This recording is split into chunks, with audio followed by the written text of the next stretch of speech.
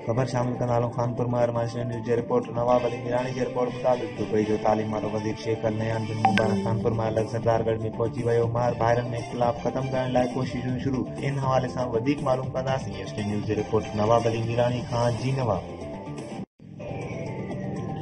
नाज़रीन, घोटकी ज़िले में एक सियासी ख़बर ॾानूं त दुबई जो तालीम वारो वज़ीर शेख नयान बिन मुबारक खानपुर महर लग सरदारगढ़ में पहुंची वियो। महर भाइरनि में इख़्तिलाफ़ ख़त्म करण लाइ कोशिशूं शुरू। PPMA ने चीफ सरदार मोहम्मद खान महर जी शेख नयान सां मुलाक़ात, सरदार अलीगोर खान महर ऐं सरदार राजा खान महर पिणु साण जल्द मुलाक़ात कंदा। UAE जो तालीम वारो वज़ीर शेख नयान बिन मुबारक दुबई खां खानपुर महर लग सरदारगढ़ जे इलाइक़े कादनवारी में पहुची वियो आहे।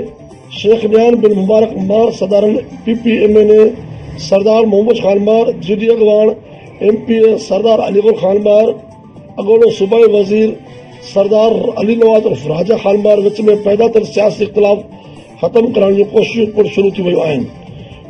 PPMA ने चीफ सरदार मोहम्मद खान महर दुबई जे शहज़ादे शेख नयान बिन मुबारक सां कादन वारी संस कैंप ते पहुची साण सां मुलाक़ात कई, जॾहिं त GD अगवान MPA सरदार अलीगोर खान महर ऐं अॻोलो सूबाई वज़ीर अली नवाज़ उर्फ राजा खान महर पिणु जल्द शेख नयान सां मुलाक़ात कंदा। ज़रीअनि मूजिब शेख नयान महर भाइरनि विच में हलंदड़ सियासी इख़्तिलाफ़ ख़त्म करण लाइ कुझु महीने खां कोशिश कोशान आहे। उन खां अॻु महर भाइरनि दुबई में पिणु शेख मुबारक बिन नयान सां मुलाक़ातूं करे चुका आहिनि।